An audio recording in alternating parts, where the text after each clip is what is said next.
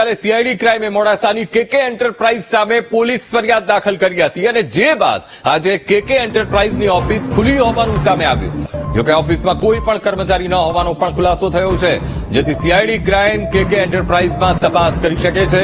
ઉલ્લેખનીય છે કે કેકે એન્ટરપ્રાઇઝમાં પોન્ઝી સ્કીમ ચાલતી હોવાનો આક્ષેપ થયો હતો અને જે બાદ સીઆઈડી ક્રાઇમે કેકે એન્ટરપ્રાઇઝ, આરકે એન્ટરપ્રાઇઝ અને હરસિદ્ધિ એન્ટરપ્રાઇઝ સામે ફરિયાદ કરી હતી. તો પોન્ઝી સ્કીમ સામે આકરી કાર્યવાહી સીઆઈડી ક્રાઇમે વધુ 3 કંપની સામે ફરિયાદ કરી છે. મોડાસાની કેકે એન્ટરપ્રાઇઝની ઓફિસ આજે ખુલેલી જોવા મળી છે. તો સીઆઈડી ક્રાઇમે તાજેતરમાં જ પોલીસ ફરિયાદ કરી હતી. તો પોન્ઝી સ્કીમ સામે સીઆઈડીનો તપાસનો ધમધમાટ તેજ. બીઝેડ સિવાય 3 પોન્ઝી સ્કીમ સામે ફરિયાદ કરી હતી. તો આ રીતે સંવાદદાતા તસ્લીમ ફોનલાઈન પર. તસ્લીમ, ગઈકાલે સીઆઈડી ક્રાઇમે મોડાસાની આ કેકે એન્ટરપ્રાઇઝ સામે પોલીસ ફરિયાદ દાખલ કરી હતી અને આજે તેની ઓફિસ ખુલેલી જોવા મળી રહી છે. તસ્લીમ, ચોક્કસપણે બીજેડ પર ફરિયાદ થયા પછી અલગ અલગ બીજી 3 કંપની અરવલ્લી જિલ્લાની મોડાસાની એના ઉપર ફરિયાદ થઈ હતી.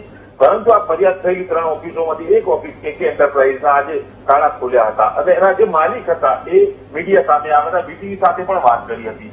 એ માત્ર ને માત્ર મારા બોર્ડના આધારે આજ સામે ફરિયાદ કરવામાં આવી છે. માત્ર ને માત્ર હું સિદ્ધાંતનો ધંધો કરું છું અને સીઆઈડીમાં આજ બપોર પછી એમને બોલાવવામાં આવે છે કે પોતાના જવાબો રજૂ કરશે. આવી રીતે પોતાની વાત રજૂ કરી હતી અને કેકે એન્ટરપ્રાઇઝની ઓફિસ આજે ખુલી હતી. જી બિલકુલ તસ્લીમ, સમગ્ર માહિતી સાથે જોડાવા બદલ આપનો આભાર.